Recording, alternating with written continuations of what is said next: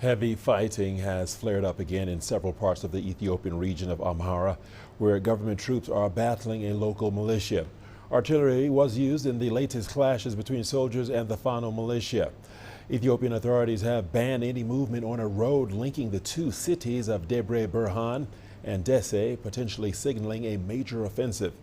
The army also says it cleared another route south of Marawi.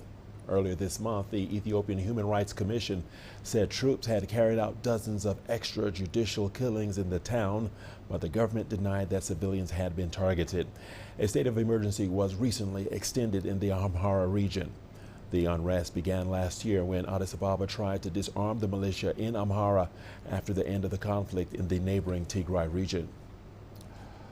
Gurum Jala is in Addis Ababa and joins us with the very latest. Gurum, welcome to the program. Thank you for joining us. Gurum, reports indicate that heavy fighting has flared up again in several parts of the Ethiopian region of Amhara. What more can you tell us?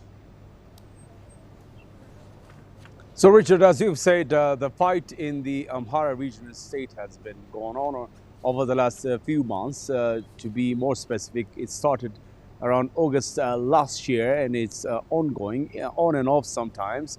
And over the last few months, it was calming down, relatively speaking.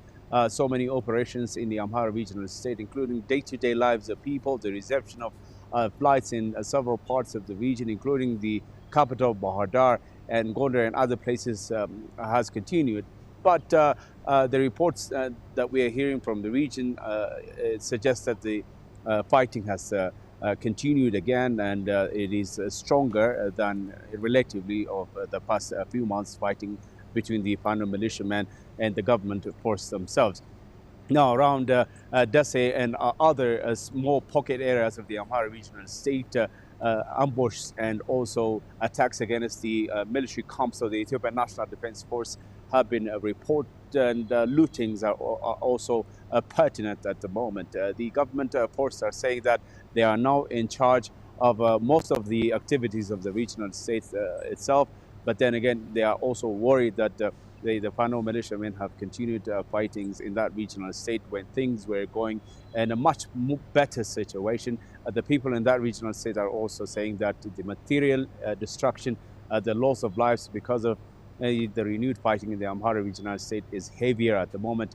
What we are hearing at the moment also suggests that the fighting might be also escalating, covering much more vaster region areas in the regional state than it was before. So what we know so far is that this fighting has also erupted in some areas that we have never reported before, but the government force say that they are in charge and they are in control. Let's talk more on that. I know you touched a little bit on it in your previous answer, but how is the government dealing with the latest eruption of the clashes? Can you give us some details? So, Richard, the National Defense Force has got heavy presence in the Amhara regional state. There are operations almost on a daily basis in order to calm the situation down.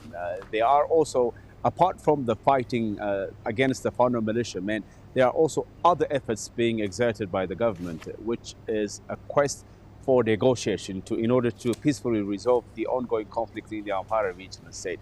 Just to mention a few, the Prime Minister Abiy Ahmed, for example, just a few days back, had a conversation with representatives from the Amhara regional state, from religious to political representatives. And the suggestion is bring the Fano representatives, the militiamen, for a talk, for a roundtable discussion.